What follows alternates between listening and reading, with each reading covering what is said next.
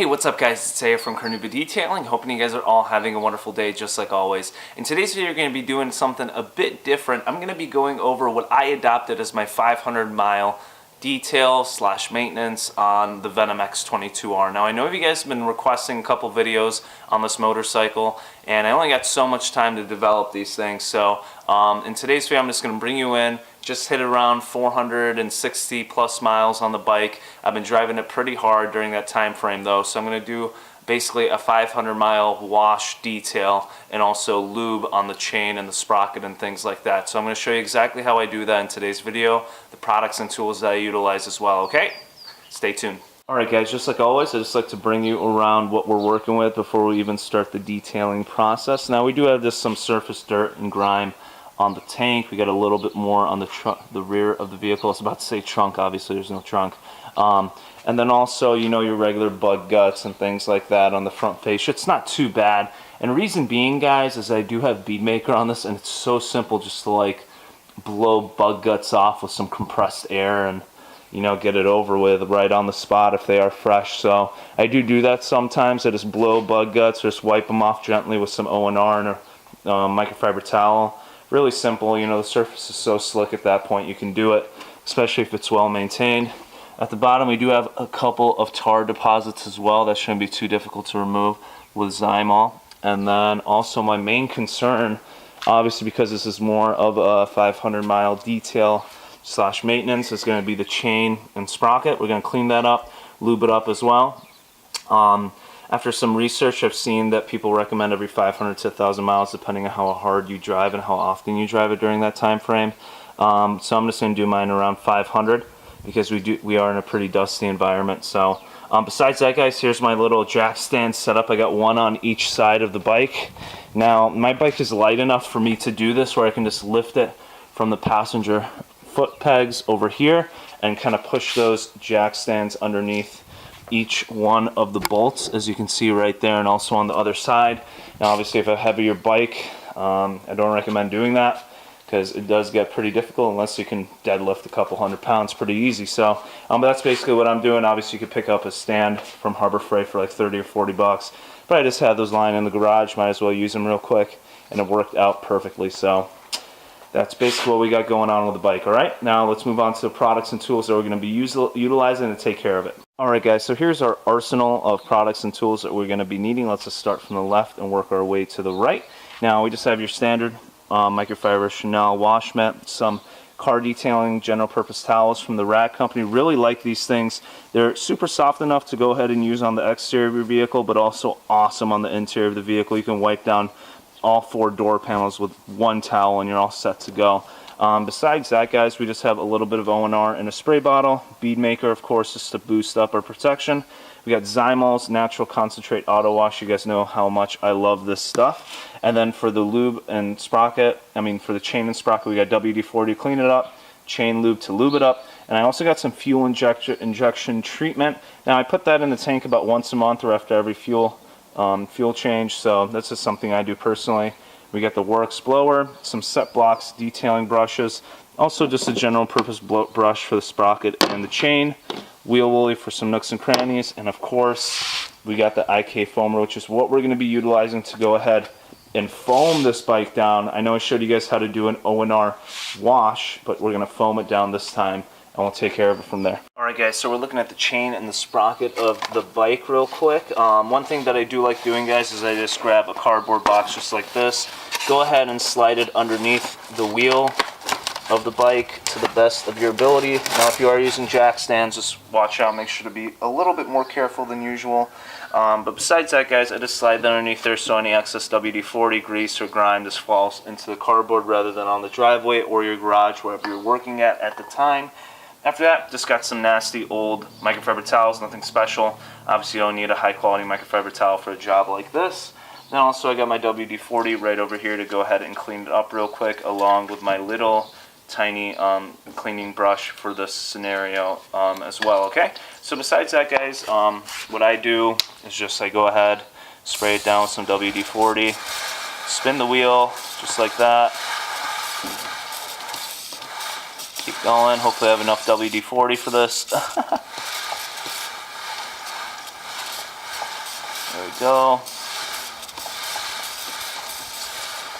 And you'll notice exactly when, you know, you already hit the other spot. So, all right. So I only got a little bit more of WD-40 left. After that, I just take my brush. Same thing. Just go ahead, brush it over, kind of agitate all the dirt and grime.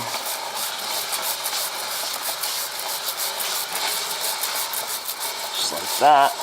Alright guys, one thing that I did forget to do and also mention as well throughout the video is go ahead and put some more cardboard underneath the other side of the chain and sprocket. As you can see, some WD-40 and some residue is dripping onto the concrete floor of my driveway. So go ahead, it's not really a big deal. You can go ahead and clean that off with some degreaser and a pressure washer, but if you can prevent that issue, you might as well. But after you're done cleaning off your chain and sprocket, you're going to go ahead and start lubricating with whatever preferred lubrication that you utilize at the time.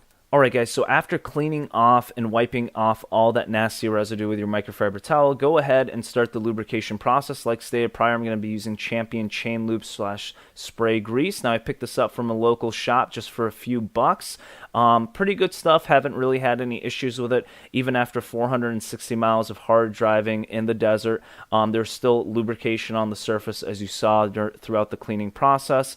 So it works really well. It goes onto the chain and sprocket in a liquid format and then kind of dries off to more so of a grease, which is really nice. So it clings onto the chain pretty well. You're still going to have a little bit of sling, especially if you have a little bit of excess solution, which I don't mind. I'd rather have my chain and sprocket lubricated properly than have not enough lubrication on there. So the sling isn't really a big deal, especially since I ceramic coated everything on the vehicle, including the wheels and rims and stuff like that as well. So please keep that in mind. Another thing about this stuff, guys, go ahead, start where your chain actually is connected. You'll find that one of your links in the chain looks just a tad bit different than all the rest of them. That's where your chain connects, and kind of use that as a starting point and also as a stopping point as well. Any kind of excess solution that you have lying around on the chain and sprocket, just go ahead and wipe down with a microfiber towel to minimize any of that sling that we were just talking about. Alright guys, so now that we finished taking care of the chain, we can go ahead and start the wash process. So again, you know how much I like using my little measuring cups, because you don't want too much solution, you don't want too little, you just want the perfect amount, okay? So I'm just going to be using about 1 ounce of Zymol's Auto Wash. You guys know how much I love this stuff. And the great thing about this, when you're using a measuring cup, you can go ahead and stir up the solution on the inside. This ensures that you don't get a big chunk of soap or degreaser in your IK foamer and then go ahead and waste it all in one shot, okay? So we're just going to go ahead and stir it up real quick. Make sure it's all in there nice and properly. You could also just use the end of your detailing brush as well. So that's an option for you too. There we go. That's looking good. We're going to go ahead and cap it up.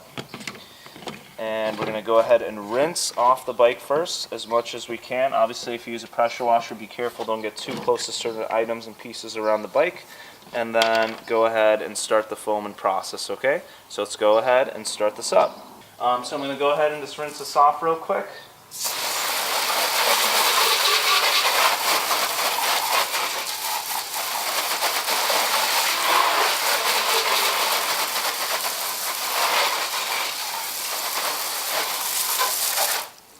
And actually, this is a perfect time to go ahead and bring you in and show you how Bead Maker performs on the surface of a ceramic.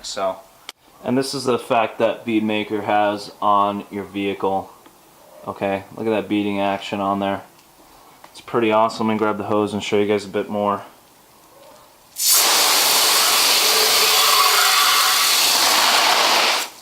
It's pretty good stuff. So, same thing.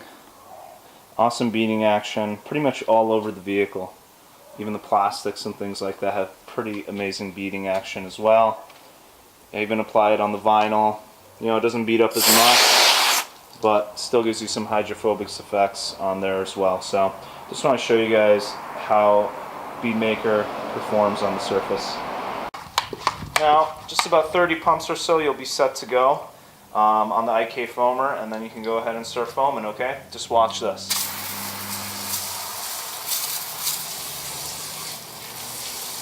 how awesome that is.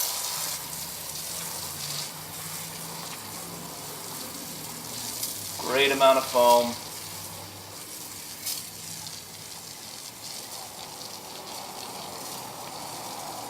You can pretty much go ahead and cover one side of the bike after one set of pumps. So go ahead and foam it up once more. Continue the process. I think the 1.5 IK foamer is perfect for a motorcycle such as this, you know, kind of mid to smaller size sports bike. Works real well. Especially if you're not into a traditional wash system, okay? I mean, if you're not into like a no-rinse wash system or something like that, you're looking for more of a traditional kind of wash system. This is the way to go, guys. No need to go ahead and break out a pressure washer or anything like that. With your foam gone, just go ahead, grab your IK foamer with a couple ounces of your favorite solution and start foaming her up. Make sure you get all the crevices and things like that on the bike.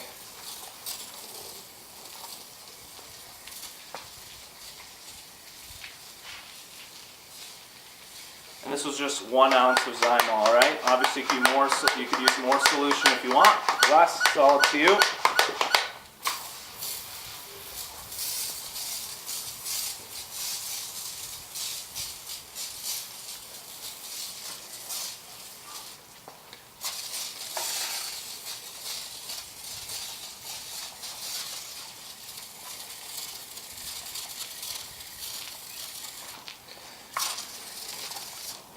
Alright guys, so the bike is foamed up and ready for our wash mat as well, okay?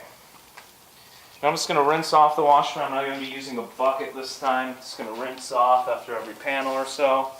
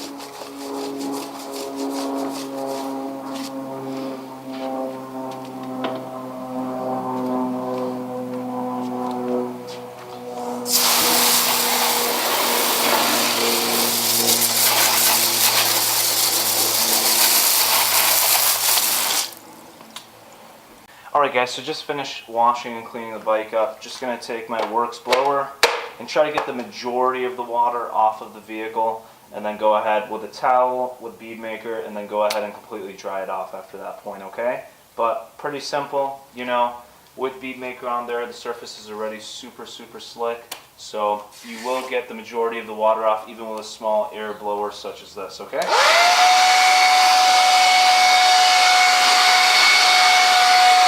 I want to bring you guys in and show you how slick the surface is. Even with a small battery powered blower, you can go ahead and take care of most of the water on the surface, okay?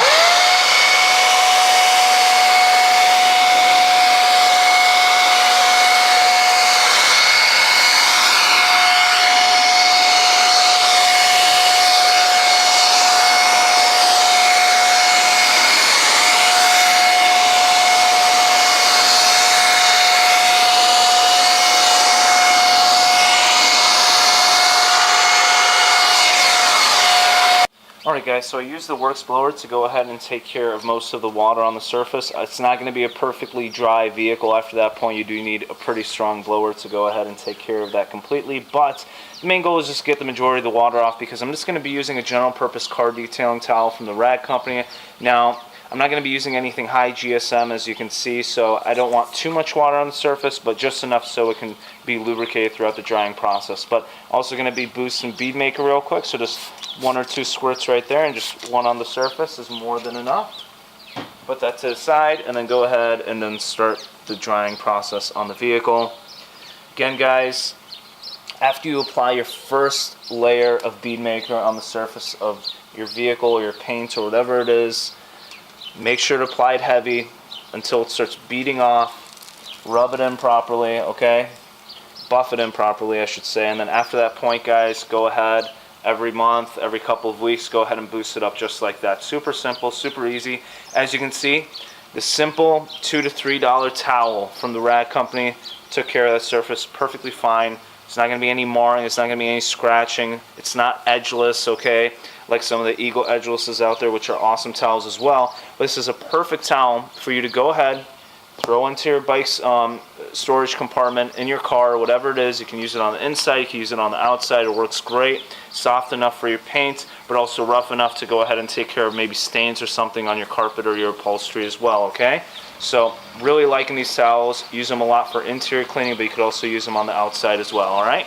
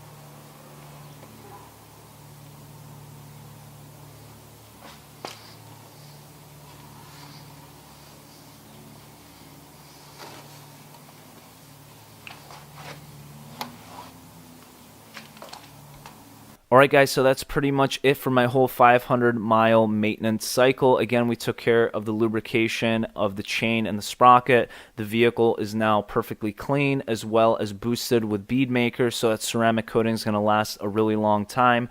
Now, between this cycle, obviously, I still wash my vehicle, but with more of a traditional no-rinse wash system, such as Optimum No Rinse.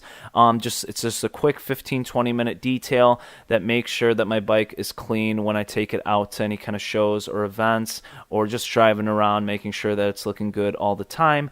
Again, guys, make sure to follow me on Instagram and also follow the Rag Company on Instagram as well. Just a heads up, I got a giveaway going on my Instagram page, so if you follow me there and subscribe to this channel, you qualify for that giveaway. A bunch of microfiber products and tools are going to be given away, so make sure to check out my Instagram. Link is in the description below. Tags are also in the video on the screen.